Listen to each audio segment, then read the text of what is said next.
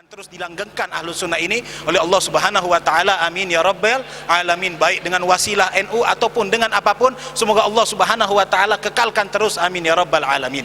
Ketika beliau belajar di Mekah, salah seorang guru beliau, Habib Muhammad bin Hussein Al-Habsyi, adalah mufti diyar Makkah di dalam madhab Syafi'i.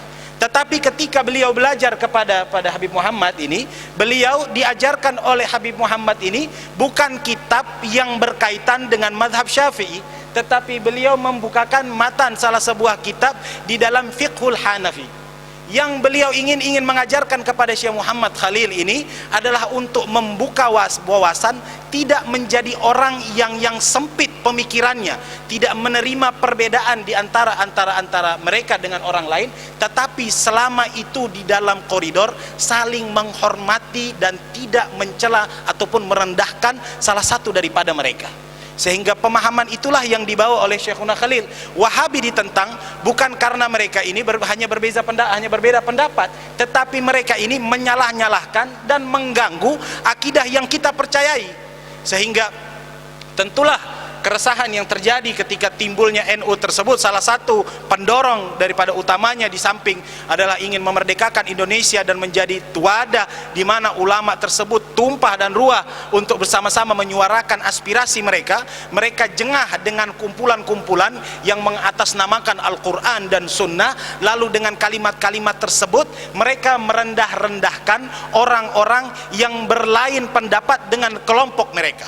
Sehingga Syekhuna Khalil ini menanggapi perkara tersebut dengan perkara yang akan datang satu saat di mana kalian tersebut akan terus menang. Dan terbukti sehingga saat ini Nahdlatul Ulama ataupun lebih besar Ahlus Sunnah wal Jamaah adalah kelompok mayoritas Indonesia. Bahkan bukan hanya di Indonesia, bahkan 2/3 daripada umat Islam ini mereka di bawah payung Ahlus Sunnah wal Jamaah. Alhamdulillahi Rabbil Alamin. Saya ada sebuah cerita yang dikatakan bahwa bagaimana kita melihat ataupun membuka fikiran seperti mana Syekh Muhammad Khalil Bangkalan melihat perbedaan pendapat antara kita dengan orang-orang yang lain, di mana dikatakan bahwa ketika bercerita tentang Al-Habib Idrus bin Salim Al-Jufri, beliau juga pernah berjumpa dengan Syekh Khalil Al-Bangkalan ketika beliau pergi Jawa dan kemudian mengambil beberapa fan ilmu daripada Syekh Khalil Al-Bangkalan. Di dalam sebuah riwayat beliau mengatakan bahwa ketika melihat orang yang sholat subuh ini, ketika mulai masuk, beliau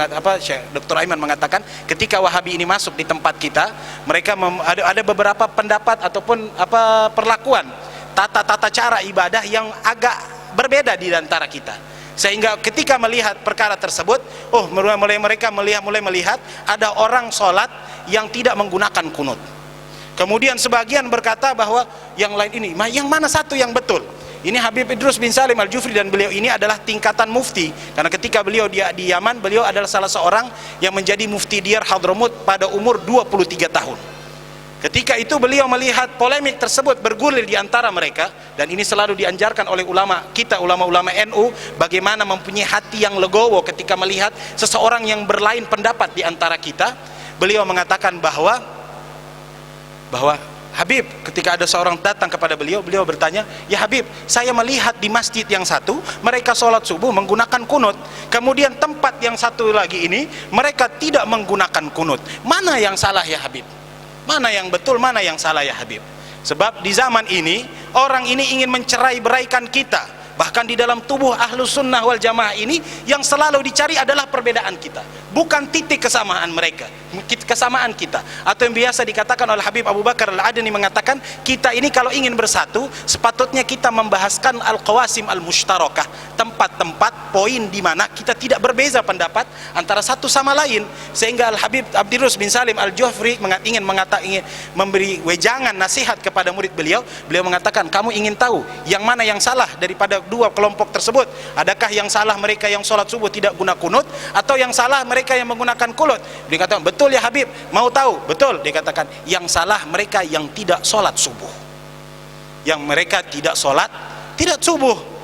Sehingga beliau mengajarkan bahwa betapa legowo, luasnya hati beliau untuk tidak mudah menyalahkan ataupun mengkotak-kotakkan, walaupun terkadang ada satu dua persoalan mungkin yang berbeda di antara kita, tetapi ilmu tersebutlah yang mereka warisi daripada guru-guru mereka, yang sepatutnya kita mengambil berat ilmu-ilmu tersebut agar kita terus dapat menjaga satu kesatuan di dalam NKRI. Amin ya rabbal alamin. Saya minta maaf apabila terlampau banyak berbicara di dalam sesi ini. Wallahu musta'an. Wassalamualaikum warahmatullahi wabarakatuh. Assalamualaikum warahmatullahi wabarakatuh. Kita berikan tepuk tangan kepada beliau yang telah menyampaikan banyak sekali ilmu kepada kita, tidak hanya informasi tapi ilmu yang bersifat ruhiyah, ya, meningkatkan kecintaan kita kepada Rasul, kepada ahli bait dan sebagainya. Tentu saya berada di antara dua orang ini, guru dan murid yang luar biasa ini, merasa kerdil sendiri gitu. Tetapi pada saat yang bersamaan Bapak Ibu sekalian setuju dengan saya, seakan-akan mendengarkan dua paparan tadi itu seperti kita membuka ensiklopedia, masuk ke perpustakaan. Ilmunya banyak sekali sampai saya bingung mau menyimpulkannya. Tetapi inilah bagaimana contoh menurut saya guru yang sukses itu adalah ketika melahirkan murid seperti Sayyidil Habib. Sama-sama luar biasa ilmunya, dan saya sebenarnya punya jadwal ngajar jam 2:30, cuman karena saking khusyuk mendengarkan beliau lupa saya punya jam ngajar, dan saya tunda jadwal ngajar saya. Jadi luar biasa, semoga kita semua dapat memetik apa yang telah disampaikan tadi. Poin yang sempat saya rangkum Sayyidil Habib tentu banyak sekali, bagaimana kita belajar dari tokoh Syekhona Khalil ini tentang ketawaduan, ya, tentang kerendah dirian, tentang bagaimana mencintai ahlul bait gitu ya.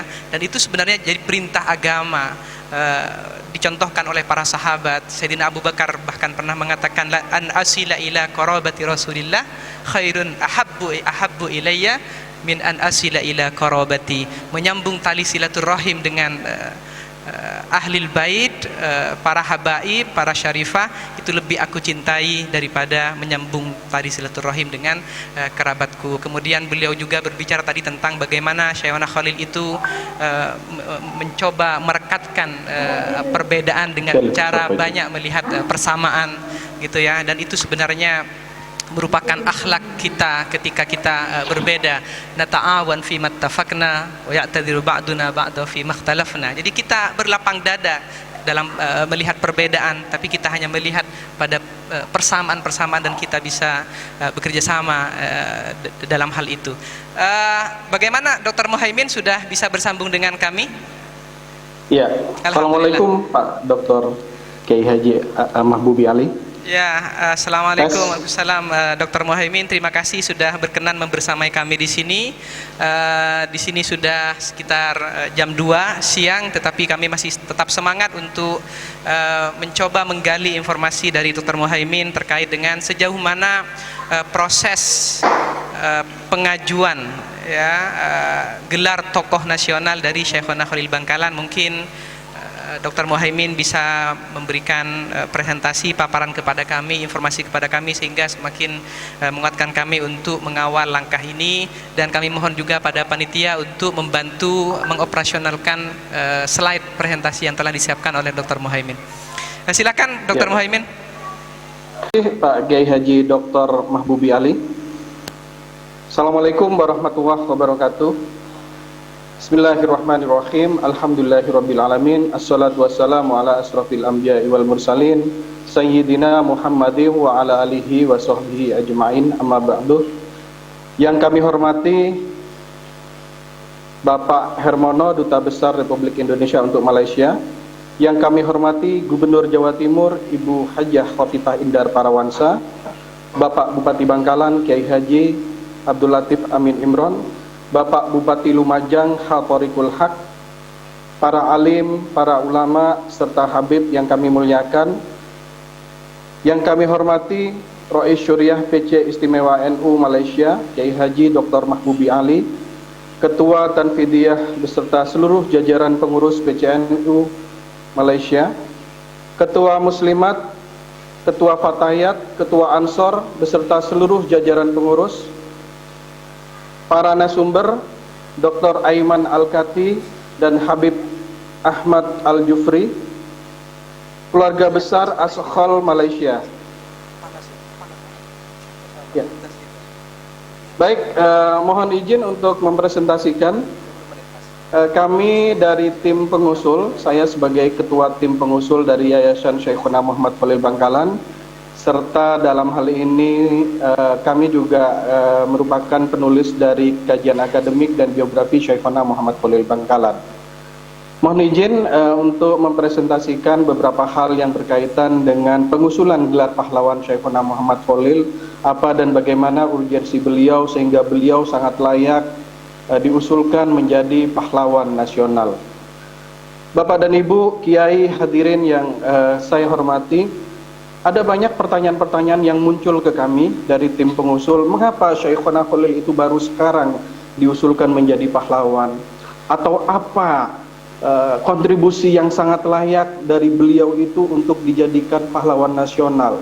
Mengapa baru diusulkan sekarang? Murid-murid beliau sudah menjadi pahlawan nasional, masa gurunya tidak menjadi pahlawan nasional?